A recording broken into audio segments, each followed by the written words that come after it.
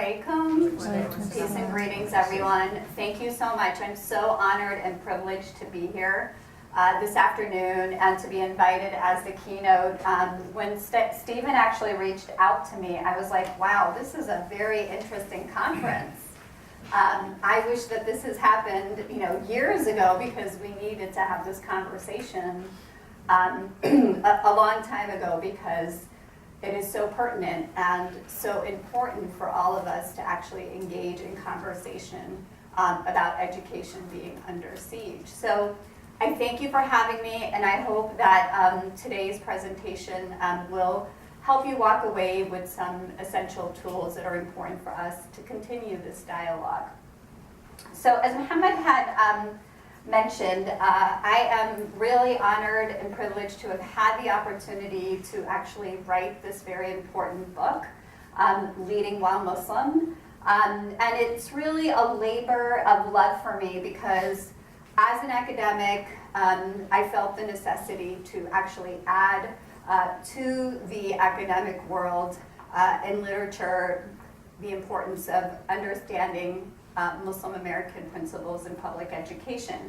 And so for many of you, I'm sure you've seen literature written on American Muslim principles and teachers in Islamic schools, but there is yet to be developed literature within the public school system across the United States, or for that matter, even in Canada. And what's available actually in Europe is not as extensive of a body. And so I urge those of you who are in academia to seriously consider this topic, because we need to add to the body of literature in this. So starting off, what is Leading While Muslim about? It is specifically about the lived experiences of American Muslims serving in public education in the post 9/11 world. And there were three things that I wanted to specifically understand. Those three things were, are American Muslim principles affected or not by the political discourse, which is what we hear every day in the media? Politicians, all of the Islamophobic things that we hear daily. The global events, whether it is a terrorist attack, no matter what it is, some global event eventually has an impact. And then the media and coverage of Islam and Muslims. Whether or not these three things actually affected these principles. Now, you must be wondering what inspired me to write this book. What inspired me was actually my own personal story. As the founding principal of the Khalil Gibran International Academy, which was the first Arabic dual language public school in the United States to be founded, I felt a necessity to see what was out there and what other school leaders were actually experiencing. My story is one that is very unique and has been covered extensively through articles, through documentaries. There's so much out there. There's the good stuff, and then there's the bad stuff. And the bad stuff, some people have referenced Daniel Pipes, Steve Everson, Robert Spencer, Pamela Geller. All of these people, played a role. And what's interesting is, I was their first victim, but I don't call myself a victim. I call myself a warrior, because I was able to take this experience and turn it into an educational, teachable moment for people across the world. So these people coalesced, and they went after the school, and they went after me. And so this story is one that's very unique because it was fueled by ignorance and hatred, and sadly, people not understanding what Islam is, who Muslims are, what Arabs are, who Arabs are, and these are the things that actually fueled a lot of this. So I want to share with you this story, my own personal story, because it's really important for the topic of this conference. But I also want to share the story of the 14 principles that I actually featured in my dissertation study as an academic. And you know what's interesting is after my removal from the school and the dust started to settle, book agents contacted me and said, we want to help you write your book. So I wrote the first 2 chapters, and then I said, you know what, I can't do this. And it wasn't that I didn't have the emotional stamina to do it, I just had a really hard time writing about myself. And what I felt more compelled about was to really tell the stories of other people. And someone earlier had talked about the importance of storytelling. And so I will be sharing 4 case studies from the 14 people that I interviewed that I hope will compel you to take this moment and to continue the discussion and dialogue, but most importantly, take action in making sure that we are allies for one another in this work. So my story starts like this. In 2005, I get approached by New Visions for Public Schools. New Visions actually helps develop schools across New York City and in other parts of the country. There was this big push for creating small schools, and they decided that they wanted to actually create language and ethnic studies schools. So a gentleman by the name of Adam Rubin contacted the New York City Department of Education and said, do you know of an Arab American educator who we can approach to talk about developing an Arabic language school?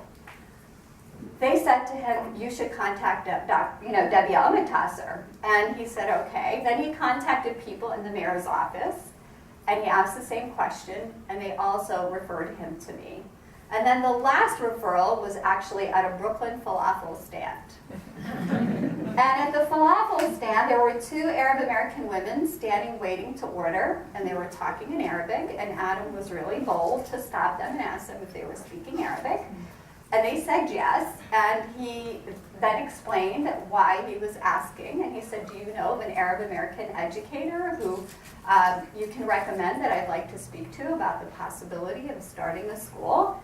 And one of them said, Debbie Almontaser.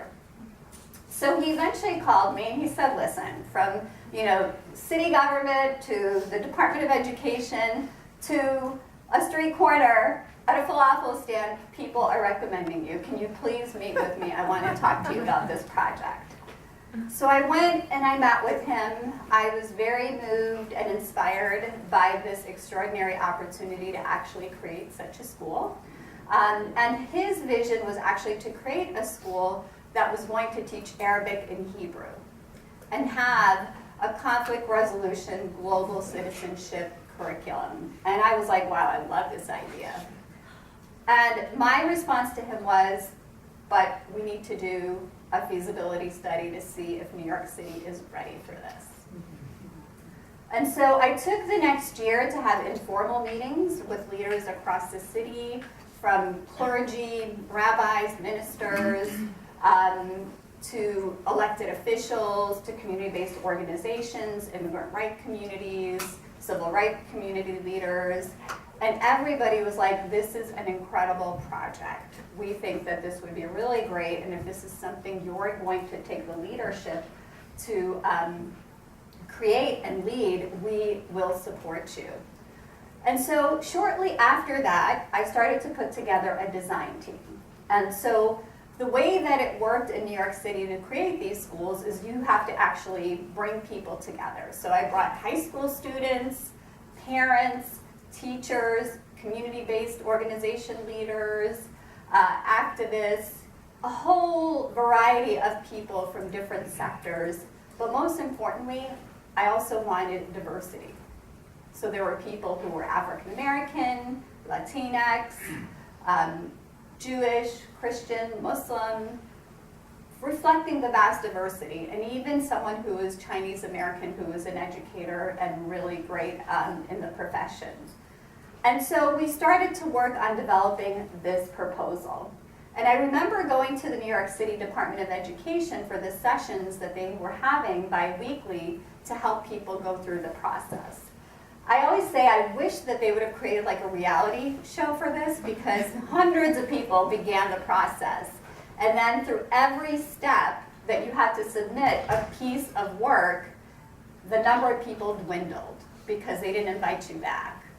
But we kept making it and getting invited back. And so what was interesting, in the first couple of sessions, some of the people who were facilitating the meetings at the Department of Education would turn around and say to me, Debbie, where's your team? I'm like, what do you mean, where's my team? They're like, oh, you know, we just see you walking in. I was like, no, this is my team. And they would take a double take because they all didn't look like me. They were expecting a bunch of people in hijab and beards to be a part of this design team. So even there was a lot of educating to help them understand, I'm serious and these people are serious about creating, you know, an incredible school. And so we continued the process. We eventually made it into the finalist of the schools that actually had to go in front of a 10-panel judge of school leaders and academics who basically interviewed my team and I to really see if we really cut the mustard to create such a school. And I'll never forget that day. That day was so intense. And we did so much as a team to prepare and make sure that we knew everything that we needed to know in order to make a home run for this school. And so we went in there. The questions were very, very tough, but at the same time, they were very inspired by the mission and vision of what we were looking to create. And so we left this interview very optimistic. This was in December. We had to wait December, January, and then February. And I knew like somewhere mid-February we would probably hear. And on February 7th, I got the call from the Office of New Schools, and they congratulated me that we were one of the schools that have been approved.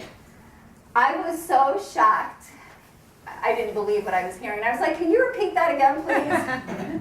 And he's like, Debbie, you've been approved. I was like, approved meaning that the Khalil Gibran International Academy is really going to become a real school in New York City in the United States? And he's like, yes, you have been approved. I said, okay, well, I want to tell my team, but can you send this to me in writing? Like, I still wanted it in writing. Like, it had to be in writing. He's like, well, we're not ready to do that yet, but just give us time and you will get that confirmation email. So I started to call everybody on my team and tell them that we were approved. Everybody was just excited and overjoyed by this incredible opportunity. That day was February 7th, 2007. I will never forget that day. And I was sitting at work in my cubicle and everybody's like hearing me all excited. And I worked at central headquarters in the New York City Department of Education. And then they were all cheering for me and clapping. And I'm like, guys, I didn't get it in writing. I gotta wait for it to be in writing, then we can celebrate. So of course my team was feeling the same way, like, okay, we gotta get this in writing. We gotta get this in writing. And so we eventually got it in writing, and the school then was actually publicly announced. The New York Times actually wrote about the school among the other 79 schools. So that year there were 80 schools that were announced. And the only school that was featured in that New York Times article was the Khalil Gibran International Academy. And from that moment on, the world just exploded in terms of the editorializing about the school, what it was supposed to be creating, what it was going to be doing. You know, it was vitriol. I can't even begin to tell you what the blogosphere world was writing about the school.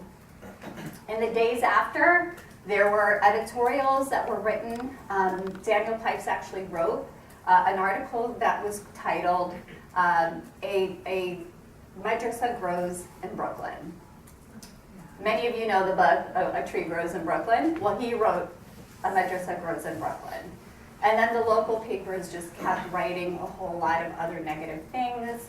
But what was really the most terrifying was actually the blogosphere. A lot of the blogs on a national level started to just pick up. I was getting mail, emails, I was getting calls, just a variety of bombardment of negative things about the school. And when we named the school, we were deliberate in not using the word school to avoid this madrasa,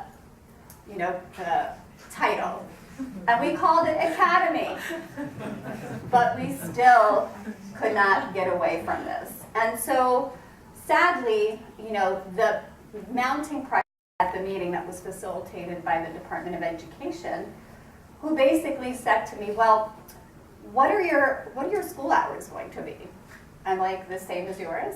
And then, do you expect the building to be open, to be closed during your Muslim holidays? And I'm like, no, because we're not celebrating Muslim holidays. That's not on the calendar. So then she said, okay, do you expect us to serve halal to your students? And I'm like, no, there was no expectation of doing that. Hopefully, if there are Muslim students, they either bring their lunch or, they'll have the school lunch. And then questions like, and so are you going to have all female teachers? I'm like, no. It was just really bizarre, the questions that I was getting just from a principal who is supposed to welcome me and help us, become a part of the school community. So the opposition was so bad by the parents themselves that we ended up saying, okay, this is not going to work. This community has organized and mobilized. We had to go to another school. And then the same thing at the next building. In the next building, the parents came in and started asking questions. Are you going to be separating the girls from the boys and leading prayer? Are you going to be teaching the kids to hate Christians and Jews? Are you going to be closing for the Muslim holidays?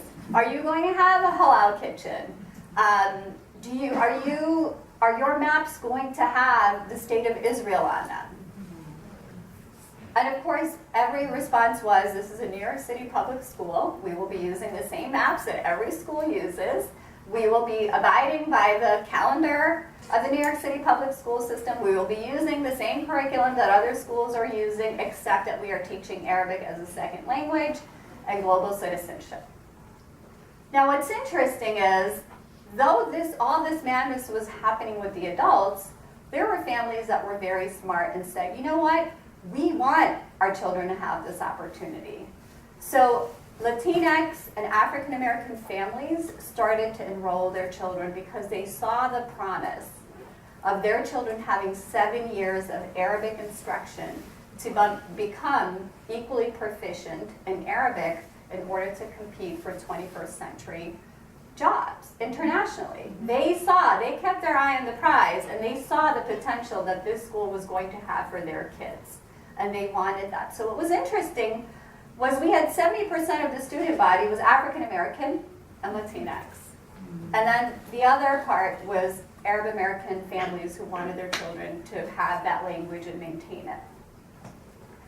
So sadly, as time elapsed, the pressures continued. And one of the papers that actually was gunning out for me was the New York Post. How many of you know the New York Post? Raise your hand if you know the New York Post. How many of you seen what happened with the New York Post just in the last 24 hours? Okay. So they were gunning for me in terms of wanting to do an interview, and I said, no, I'm not interviewing. I was actually asked for an interview by the New York Sun, which actually closed a couple years after the school. They interviewed me with someone from the New York City public school system joining me for the interview. And after they interviewed me about everything that they needed to know about the school, they decided to ask me the following questions. Do you know who's responsible for 9/11? And then they also asked me, what are your thoughts about Hezbollah and Hamas? And my response to them was, are these questions that you would ask the 1,500 other public school principals in New York City? And the reporter said, no. I said, so why would you ask them of me? And she said, well, my editor insisted that I ask you these questions. I said, well, you can go back to your editor and tell him when he asks all 1,500 other principals this question, and if they decide to respond to it, I'm happy to respond as well. The article came out, and the way that they presented me in the article was that I actually refused to respond to these questions, not stating that I actually said, would you ask these of other principals? And so, you know, the mounting pressures continued, the negativity. I was actually being followed to various events and asked all of these questions that I mentioned to you. There was a group that actually formed itself as the Stop the Madrasa Coalition. Yes, Stop the Madrasa Coalition.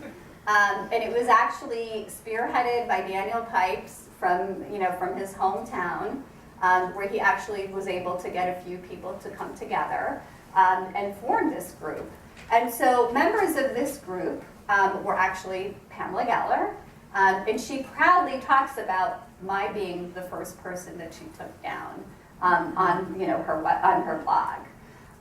In addition, there was also Jeffrey Wiesenfeld, who at that time was actually serving on the Jewish Community Relations Council board, as well as the City University of New York Board of Trustees. And it was just really astonishing to see this man take such a position and be so vocal against the school and then against me. So they did their best to try to discredit the school and create the school as this place that everyone should fear, and then realized that they weren't getting anywhere, and they started to shift their attention to me. So they basically started combing the internet and looking for interviews that I have done in the past, and found a variety of quotes that they actually took out of context and distorted my words to try to present me as anti-American. I love this one. There was a page in Islamic Militant Monitor where they actually called me an Islamist leftist. I've never even heard that, but I was like, okay, this is really interesting. So what they did was they actually combed the internet for pictures of me for the last, 7, 8 years since the internet started having Google, and found all these different pictures of me dressed differently, wearing my hijab differently, and some pictures I was actually wearing makeup, some I wasn't, some I was wearing jewelry, some I wasn't. But their whole point was, look at what she used to look like, and look at what she looks like now. This is a stealth jihad. She's trying to get these kids and their families into school so she can indoctrinate them. That's what they wanted everybody to feel.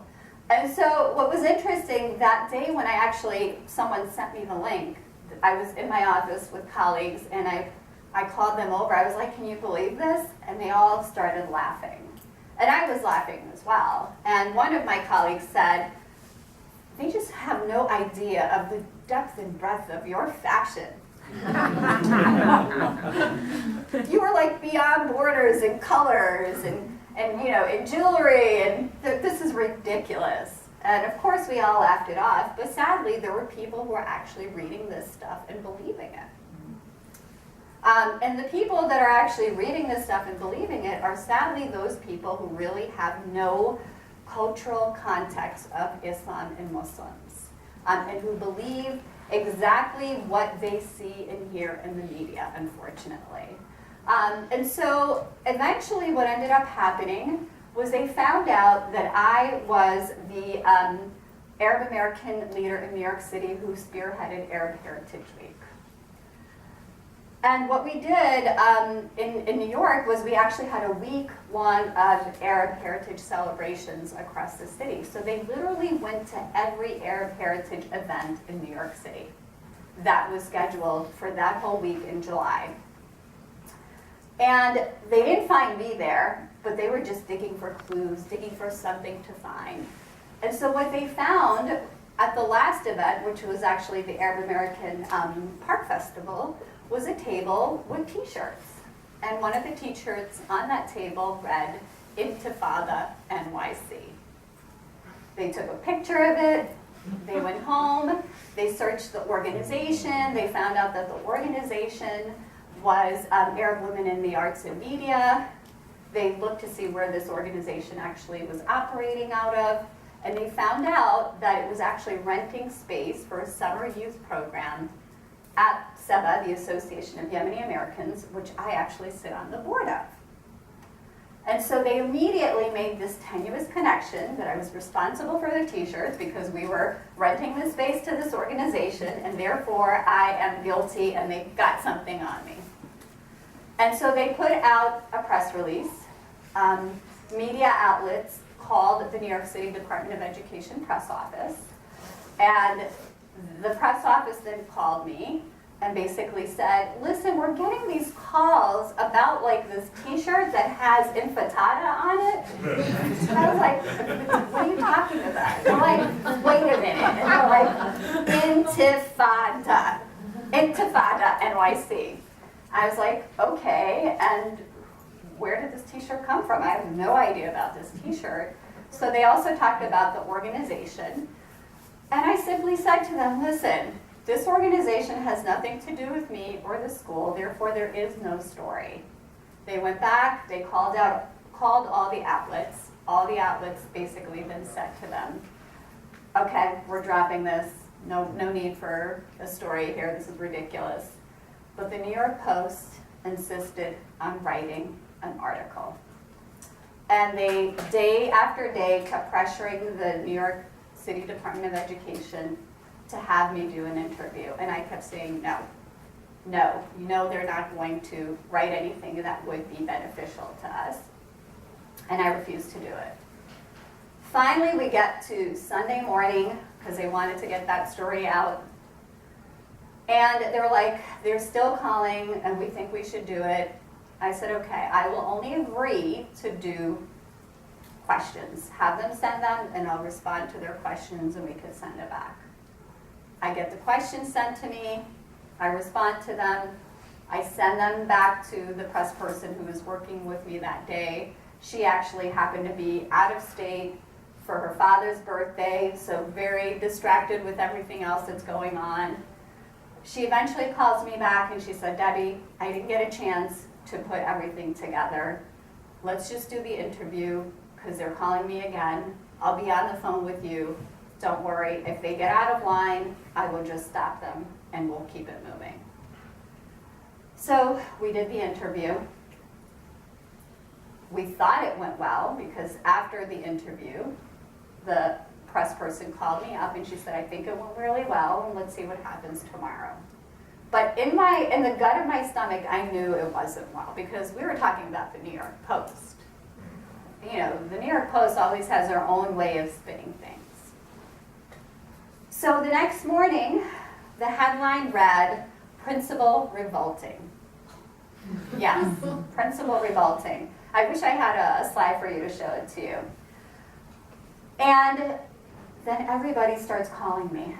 And the press person calls me and she's like, I don't know why they came up with this. I don't understand. This is not what we discussed. I said, yeah, that's right. What are we going to do about this? And she said, well, let me talk to people in the office. She talks to people in the office, but then the chancellor is getting calls. The mayor is getting calls. New Visions for Public Schools is getting calls. Everybody's getting calls. And what the New York Post did in the article was basically they took my words out of context and distorted my discussion about the word intifada. They asked me questions about the school. They asked me questions about the organization, and I told them that the organization was not affiliated with me or the school. And then as we were wrapping up to hang up, the reporter says to me, can I just ask you about the word intifada? I looked it up, I Googled it, this is what I learned, but I didn't really get a full understanding of the word. And in my heart, I was saying I shouldn't answer this because I don't know where this is going. But then I remembered what the New York Sun did to me when they asked me those questions. And then they said that I refused to respond. And that was actually, it portrayed me negatively. So as an academic, as an educator, I took it as a teachable moment, and I actually gave him what the root word was, and then further explained how this word has different meanings for different people based on the Palestinian-Israeli conflict, and how thousands of people have died, and that there are a lot of sensitivities to it. That whole entire explanation that I gave was nowhere to be found in there. He just took the word intifada as oppression, shaking off, and just went with that. And then he actually said, well, why would the girls create this T-shirt? I believe that they want to do a Gaza-style uprising in New York City. It's like, these are inner city high school youth. Why would they want to do anything like that? I don't think that that's the case. Now, that's the educator in me defending young people. So he then wrote the story about me defending the girls, and also the fact that they created this T-shirt to basically, shake off the oppression that they were experiencing. Sadly, what ended up happening was he minimized the historical context of the Intifada.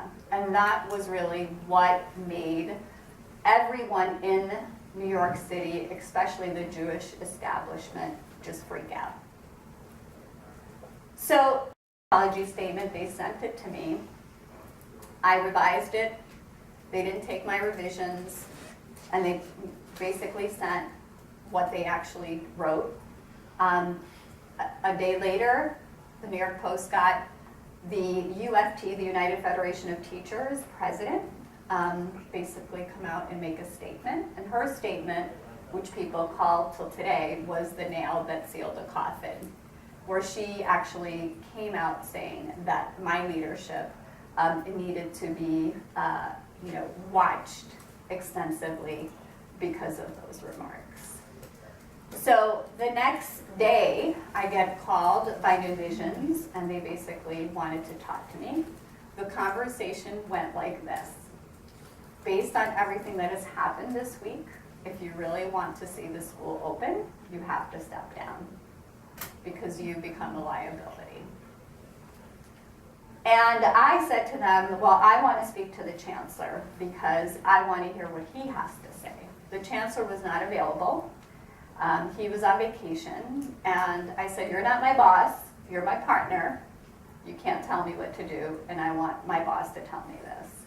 So they had the deputy mayor, Dennis Walcott, call me, and he said, let's meet, I want to sit down and talk with you. So I went and I met with him, and he basically said to me, you have to do this, otherwise the school will not open.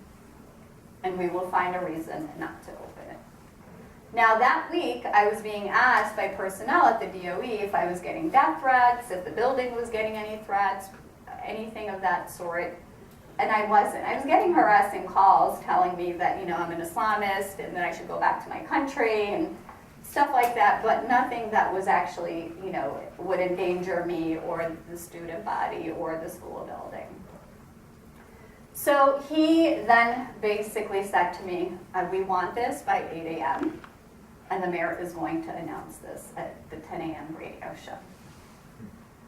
I left that day from his office and I went to see a friend, and I sat with her and I explained to her everything that had happened, and she basically said to me, Debbie, if you don't, and they're going to find a way to make sure the school doesn't open.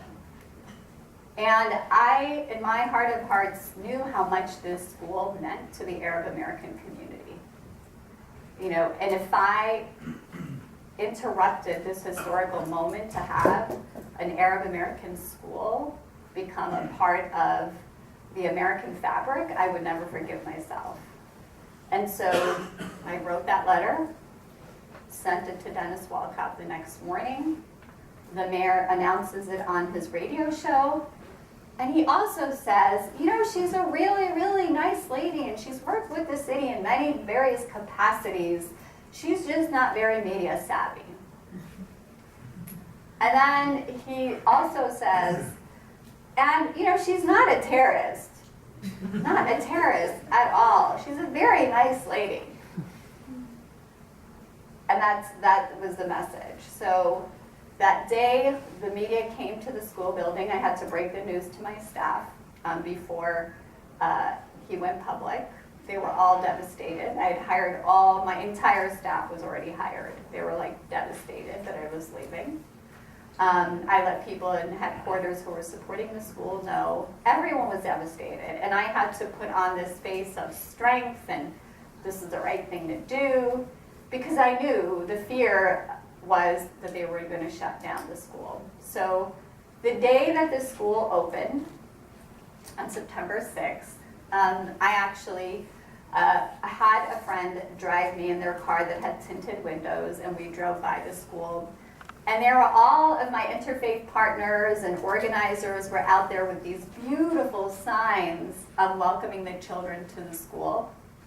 And they actually had cookies and juice and coffee for the parents.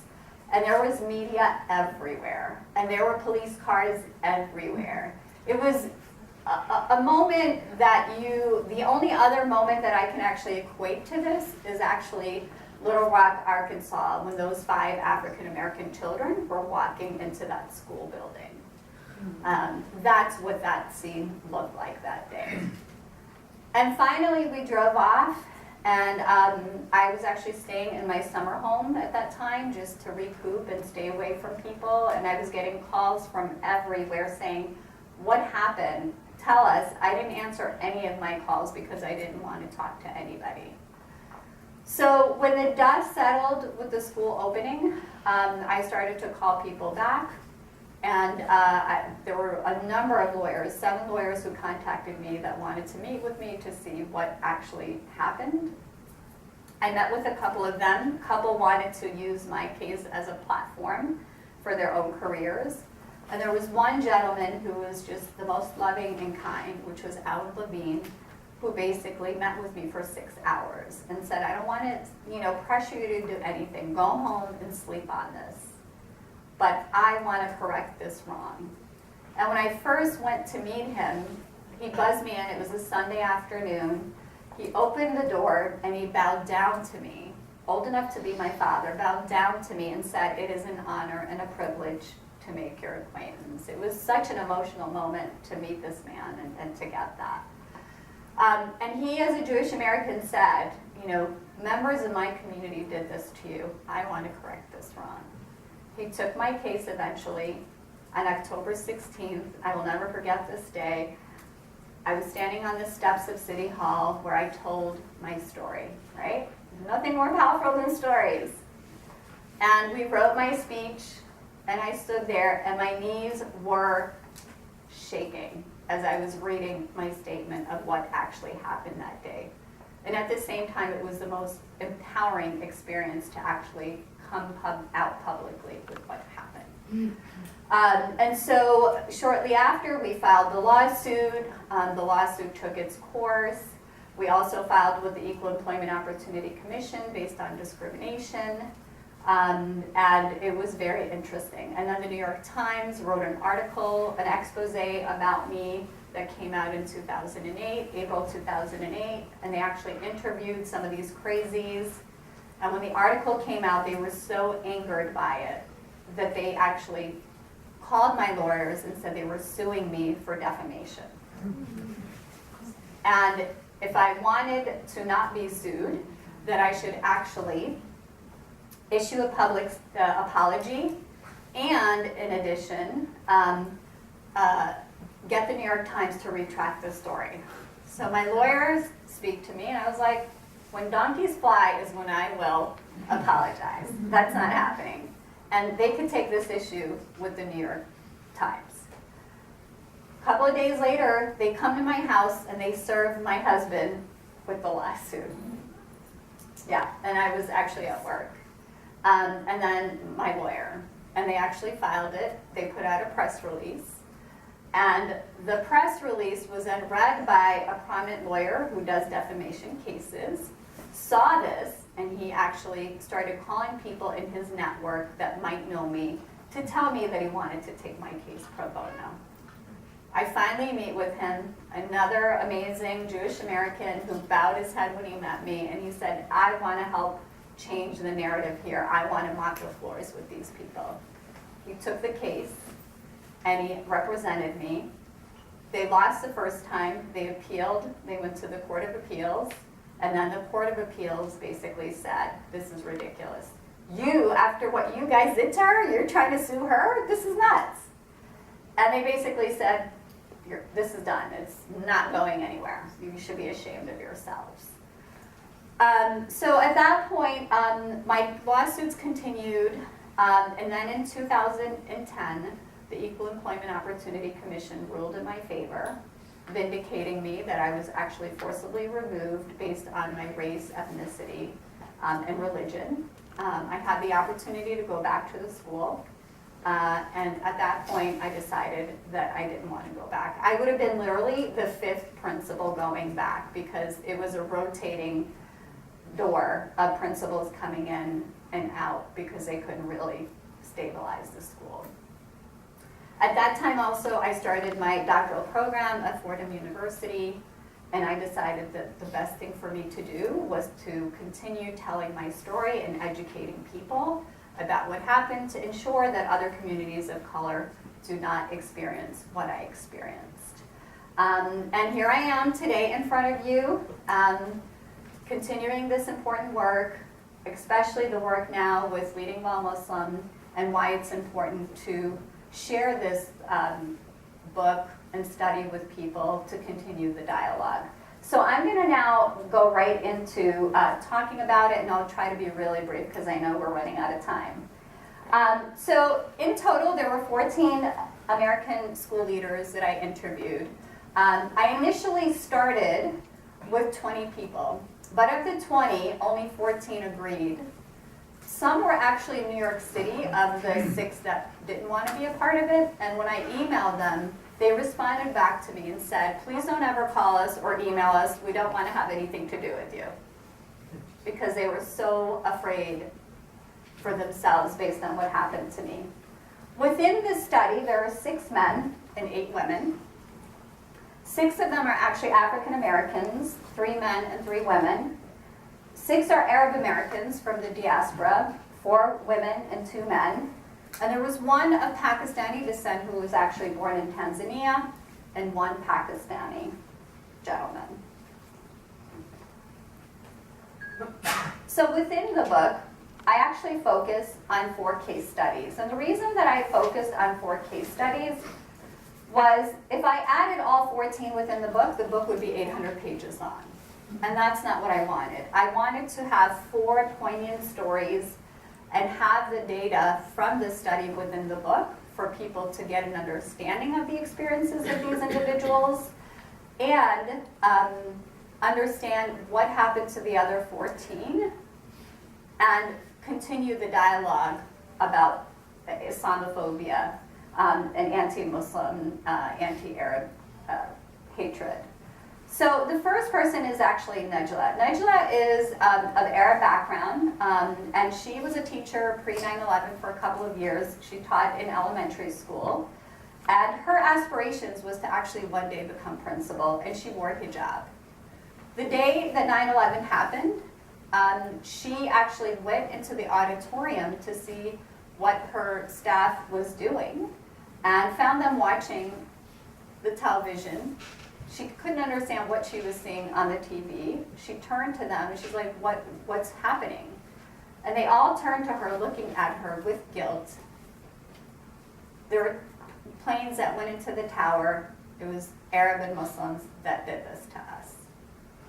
She didn't know what to do with this. She left immediately, ran into her classroom, and literally went under the desk and started crying. Fast forwarding in her career, a couple of years later, she got into an administrative program to become a school leader.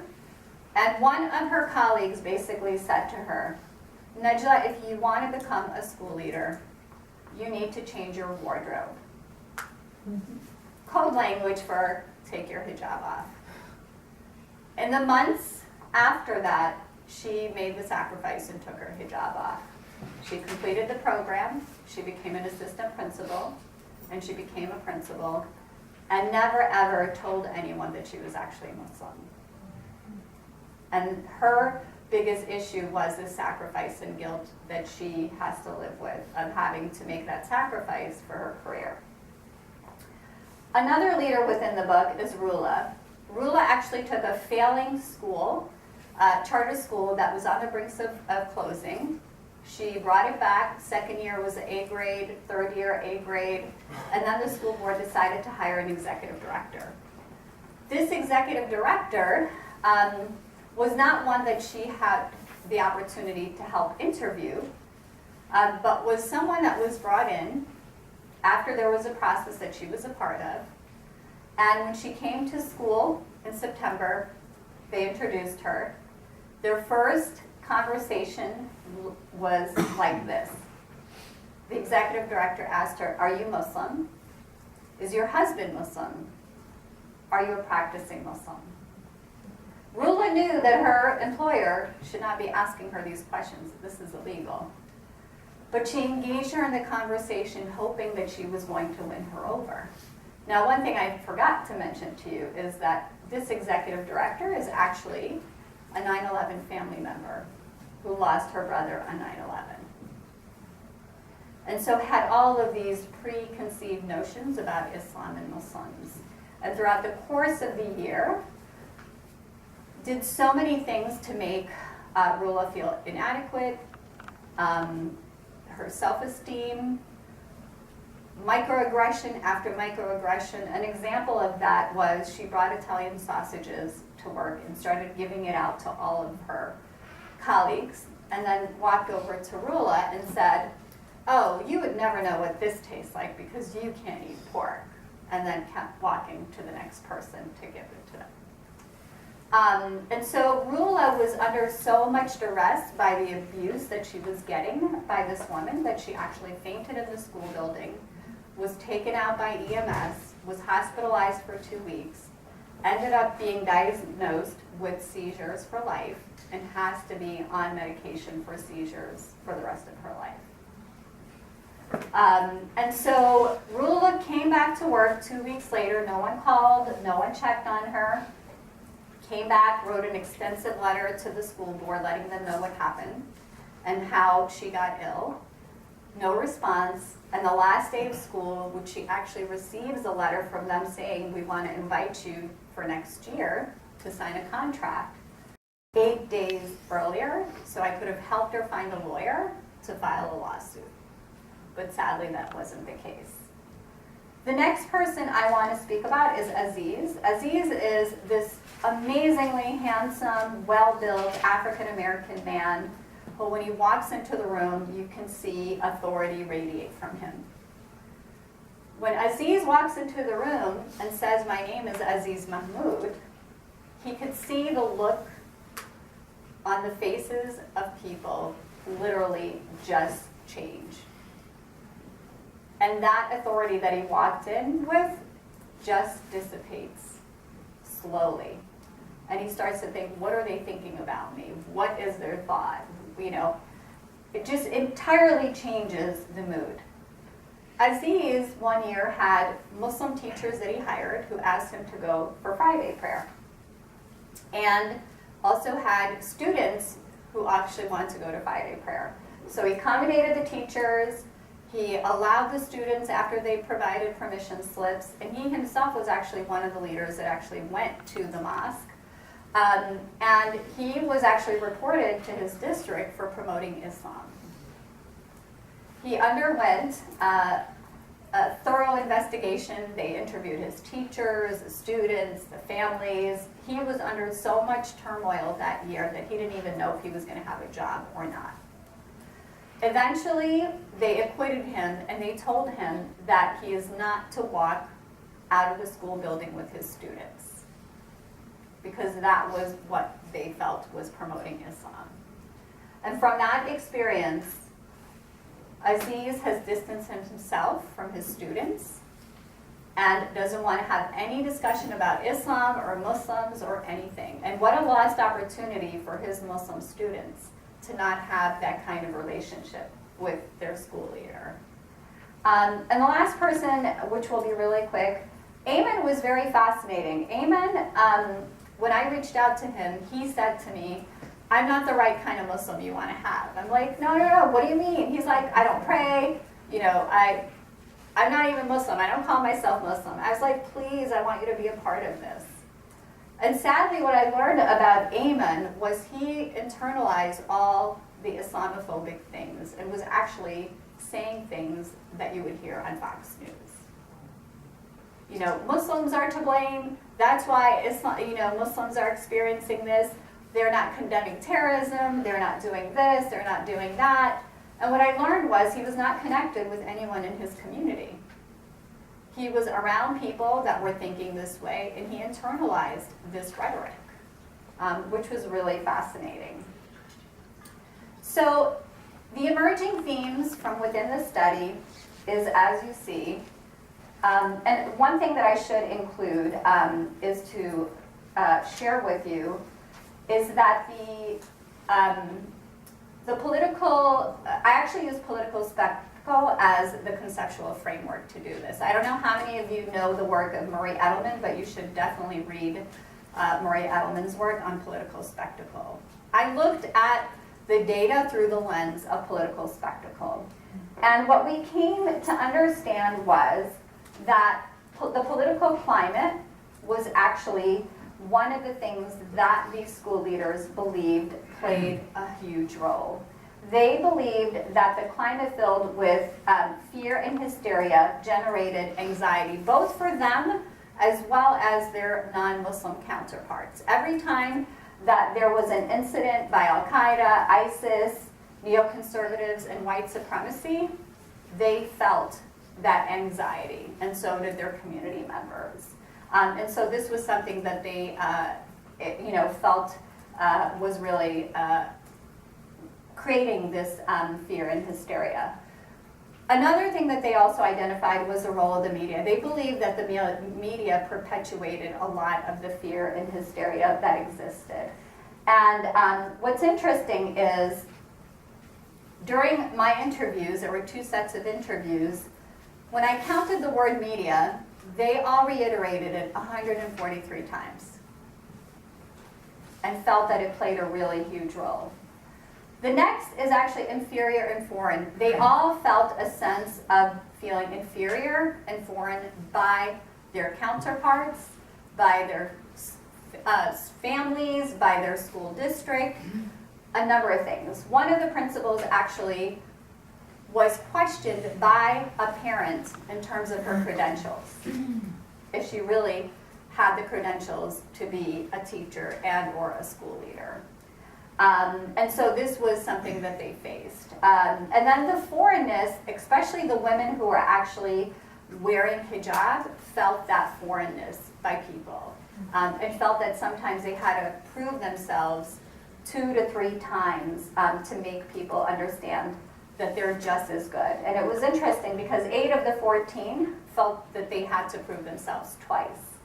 And 6 of the women, especially those in hijab, felt that they had to prove themselves 3 times as. And one of the African American women, she said to me, I said, can you explain that? She said, well, I'm a woman, I'm African American, and I'm Muslim. And it was really sad to see that. The other is actually unconscious fear. They all, in some shape, way, or form, felt a sense of unconscious fear, where they were actually double-checking and doubting anything that they were about to say. And the reason for it was that they were afraid that they would actually say something that could be taken out of context, or they would be then under scrutiny, whether it's their school community, the larger community, the district. And it's really sad and unfortunate that you have to walk around so guarded. And it's so much pressure to have to feel. The next one is actually spirituality. This was really interesting because I wanted to understand if their spirituality was being affected. And what I learned was that all of them were afraid to actually pray or let people in their school community know that they actually pray if they were observant. And if they did, they locked themselves in their room and they did it. Or they waited till they went home. And if anybody approached them to talk about Islam or Muslims, they didn't really want to have a conversation about it. What's interesting is one of these principles, because he was so conflicted and wanted to make Jummah. Now the men, as you know, Islamically men are obligated to make Friday prayer. He found, I always get emotional when I tell his story, he found a mosque that actually live streamed the Friday prayer. And he would tell his secretary, you are not to call me or knock on the door unless it is important. It is an emergency. He would lock himself in, put on the live stream, watch the Jummah khutbah, and then roll out his carpet and pray. And that was just the most beautiful thing to actually hear, you know, somebody really going out of their way to do that. But the point is, why does he have to do that? Why? This country was founded on religious freedom. And other communities are being accommodated. But he stands alone in his district and his state that he's too afraid to even acknowledge that he needs this need. Another male principal that I asked this question said to me, as much as I'd like to go, I am so terrified that if one of my students is shot through the window, that the news the next day won't be a student was shot through the window. The news would be student was shot while principal was at the mosque. I would be the focal point of the headline. And so it was really sad and unfortunate to see that. And so the education and communication piece is actually opportunities where these school leaders had the opportunity to educate people over spectacle. One quick example of that is actually one of the principals went on a boat ride with her husband and her family, and she had a beautiful overflowing silk scarf, and this white older woman was watching her scarf just blow, and she said to her, I love your scarf, did you just decide to wear it for today? And she said, no, I wear this every day because I'm Muslim. And she's like, and do you have it in other colors? What kind of fabric? It just, this beautiful conversation. And the woman then started asking her about Islam. And those tender moments are really beautiful, but there are not enough of them. But I felt it was important to include them. And in addition to this, also the feeling that people were feeling collective guilt every time that something happened. They all felt that they were collectively responsible, made to feel that way. But also, a number of them talked about social responsibility and civic engagement in the Muslim community. And you'll read about that more in the book. So these are the conclusions. I'm not going to go through each and every one of them. You can just quickly look at it. And then the recommendations, I'll get to that slide. The recommendations, these are my call to action in the book. The need for more studies on American Muslim educators and public education. The importance of research that provides Muslim educators with the support and encouragement to seek leadership positions within their school districts. Workshops focused on Islam and Muslims in America to encourage dialogue in school communities. The development of curriculum, including the study of Islam and Muslims in America. Partnership with organizations that conduct professional development on Islam and Muslims. The establishment of a national organization for American Muslim school leaders and assistant principals to have a support network. And lastly, policy that allows American Muslim employees to attend religious services on Fridays, and with large communities, hopefully have Muslim holidays on their school calendar.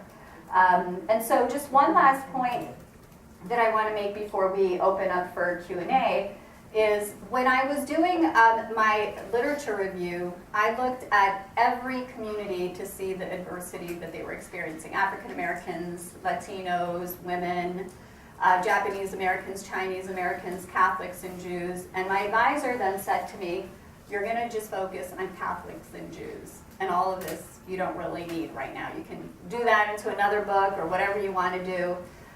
Because the theme, the overarching theme, was actually bigotry. And when I was looking at the Catholic and Jewish experience when they migrated to the United States, it was astonishing to see the parallels. Mm-hmm. And I kept saying to myself, oh my God, this sounds like what's happening in my community right now. And actually, it gave me hope, because you see these two communities right now have flourished and are fully integrated in American society and are doing amazing things. You know, unfortunately, the rise of anti-Semitism right now is terrible, but the community has really fully integrated, and it's really amazing. So I'm going to stop here. Thank you. I'm sorry, Khalil, because I feel like I told you 40 minutes and I went over. Thank you so much. Okay.